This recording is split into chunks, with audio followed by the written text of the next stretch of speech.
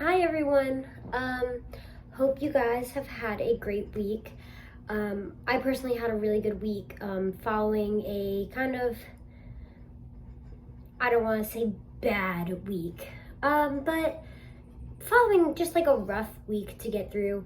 And it feels so refreshing, and just like definitely puts me back into perspective that, pain is temporary and you're not necessarily gonna overcome your anxiety, your mental health issues.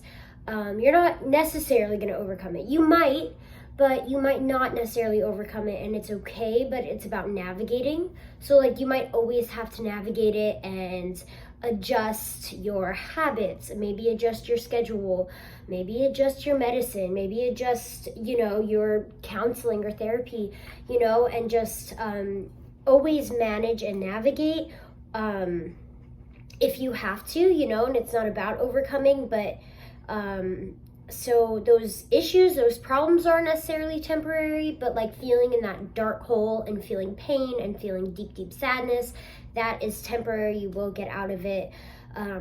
So it just feels really refreshing to have like a nice, like, like,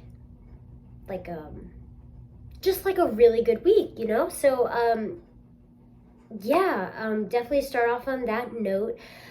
Today, I want to talk about just some ways how to maintain healthy relationships, whether that is with your parents, your siblings, your friends, your acquaintances, your coworkers, whatever the case may be. And we're going to talk a little bit about active listening. We're going to talk about validation, empathy, all these really great things in some ways that you might already kind of know, and in some ways that you might make you think a little bit differently. So first, I want to talk about listening, which this seems like a fairly simple task. We kind of talked about this topic in school amongst my colleagues, and really brought up some great ideas that thinking or not thinking, we classify, or a lot of people classify listening as like an automatic process, like breathing or digesting or blinking, but it's really, really not. You have to be actively listening, and I feel like more and more, like, people just don't know how to actively listen, myself included, and it's because we just do have so many distractions. We have our phones, or we're thinking about, what we're going to get at the grocery store, or whatever the case may be. And that is due to, like I said, like, we have even more distractions, as like time has went on. And also, like, it is human nature to be some sort of self-centered, like, which is not even like, it's not a negative thing, it's just human nature. Like, even like your most selfless person is most likely self-centered in some way, shape, or fashion, unconsciously. And these things do operate on an unconscious level. So, like, it's not anybody's fault. It's not my fault. It's not this, his, her fault. It's just how it is. So, like I said, these monitor on an unconscious level. So what we have to do is flip that switch and make listening something conscious rather than something unconscious. Because when it's unconscious, we don't do it right. And like another thing could be like you're thinking of your response, or like you want to talk instead of them. Like, you're more focused on you. That goes into being self-centered. So, like, how can we like actively listen? Like I said, being conscious is the best way, being aware is the best way. So you're putting away your distractions, right? If a thought comes in your mind about the grocery store, like, don't beat yourself up over it, because that's just going to make you even more far removed from listening. But don't entertain it. Like, don't keep going down that road. Just remind yourself to stay focused on what the person is saying. Don't think about your response, even if that elicits silence at the end of it. Like, I feel like as people, we're really scared of silence in a conversation. We call it awkward, but it really is a sign that you were actively listening, because now, after they're done talking, you have to stop and think about your response. Because, yeah, you want to think before you speak, but not while the other person is speaking, because then, you know what I mean? So don't be afraid of silence, because that definitely is a sign that you're listening actively, and that's something not to be afraid to like tell your friend. Like they're like, let's just say like your friend, like we all like to make assumptions these days, and I do too. So like, oh, like you're quiet, like what does that mean? Do you think this was a bad idea? Et cetera, et cetera. Like, does you being silent mean you feel a certain way? And just be open and honest. Like, no, I was just really listening to what you said, so I just needed a second to think of my response before I answered you. So yeah, that's one really important thing. And then as you're listening to them, really all that people want most of the time is validation. Unless people explicitly ask for advice or feedback, a lot of times they don't want it. Like, I feel like people always feel like, oh gosh, like, what do I say? Like, how do I make this better? But like, you don't have to solve the problem.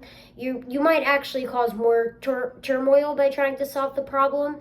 In that moment, what that person needs might just be validation, and like, you're totally justified in feeling that, or like, wow, like that, that sounds really difficult, or, whatever those kind of like validation responses look like, instead of like, you should do this, this, and that. And if you are going to give feedback or advice, that, like unsolicited advice is like, people get really annoyed by that. But if you are going to give advice, one, you kind of want to first preface it with validating their feelings.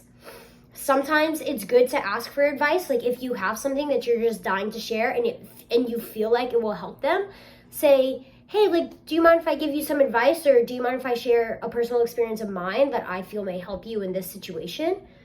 And if they say yes, then yes. And if they say no, then obviously it's a no. But that's just a good way. I mean, you don't have to be walking on eggshells around people, but you don't know what kind of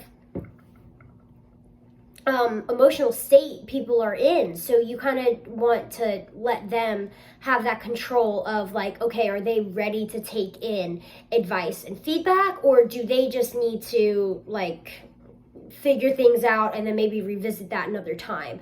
Because, especially when people are fresh off something, like they're like freshly off of getting fired, or they're, freshly off of being nervous about how they did on a presentation, or whatever the case may be, like they might not want to address it right at that moment and try to like solve it. So it's just really good to be open and honest and transparent about these things. I think it just maintains a really healthy relationship.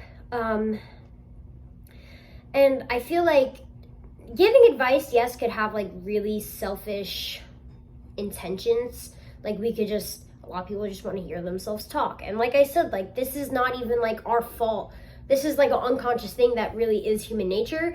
We want to hear ourselves talk. We want to feel like we did good by solving somebody else's problem. A lot of just like boost of the ego. Or, sometimes advice giving like really is truly coming from the heart, and it's selfless, and it's like because we really feel like we could help someone in a certain situation. But how to like when we feel that way, it's because like when we're feeling it with these really selfless intentions, it's because we're feeling empathy, right? Like, we're listening to it and we're like, oh my gosh, I'm connecting this to a personal experience. This really helped me. I really want to help them.